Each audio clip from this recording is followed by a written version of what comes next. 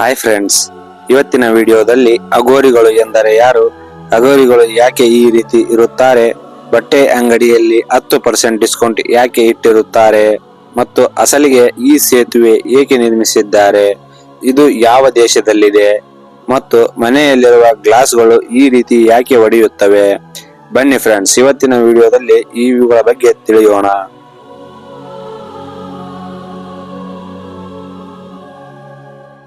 ಒಬ್ಬ ಮನುಷ್ಯನು ದೇವರನ್ನು ಪೂಜಿಸಲು ಹಲವಾರು ವೇಷಭೂಷಣಗಳನ್ನು ಧರಿಸುತ್ತಾರೆ. ಆದರೆ ಅಘೋರಿಗಳು ಶಿವನ ಆರಾಧಕರು. ಇವರು ಬಟ್ಟೆಗಳನ್ನು ಧರಿಸುವುದಿಲ್ಲ, ಬದಲಿಗೆ ಮೈ ತುಂಬಾ ಬೂದಿಯನ್ನು ಬಳಿಯುತ್ತಾರೆ. ಇವರು ಹೆಚ್ಚಾಗಿ ವಾರಣಾಸಿಯ ದೇವಾಲಯಗಳಲ್ಲಿ ಕಾಣುತ್ತಾರೆ ಮತ್ತು ಇವರು ಸ್ಮಶಾನದಲ್ಲಿ ಸತ್ತ ಮೃತ ದೇಹದ ಜೊತೆ ವಾಸವಿರುತ್ತಾರೆ. ಅವರು ಅದೇ ಮಾಂಸವನ್ನು ತಿನ್ನುತ್ತಾರೆ ಮತ್ತು ತಮ್ಮದೇ ಮೂತ್ರವನ್ನು ತಾವೇ ಕುಡಿಯುತ್ತಾರೆ. ಇವರು ಯಾವಾಗಲೂ ತಲೆಬುರುಡೆಯನ್ನು ಕೊರಳಲ್ಲಿ ಧರಿಸಿರುತ್ತಾರೆ. ಇವರು ಮದ್ಯಪ್ರಿಯರಾಗಿರುತ್ತಾರೆ.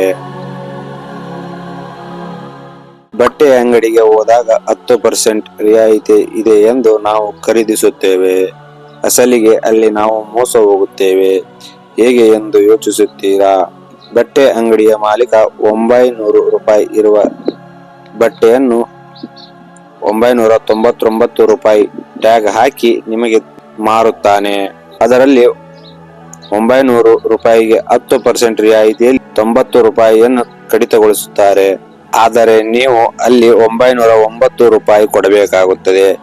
ಮೇಲೆ ಇರುವ 9 ರೂಪಾಯಿ ಅವರ ಲಾಭವಾಗಿರುತ್ತದೆ. ಆ 9 ರೂಪಾಯಿ ಲಾಭ ಪಡೆಯಲು ಅವರು ಈ ರೀತಿ ಅಮೌಂಟ್ ಇರಿಸಿರುತ್ತಾರೆ. ಚೀನಾ ದೇಶದಲ್ಲಿ ಈ ತರಹದ ಗ್ಲಾಸಿನ ಸೇತುವೆ ಇದೆ.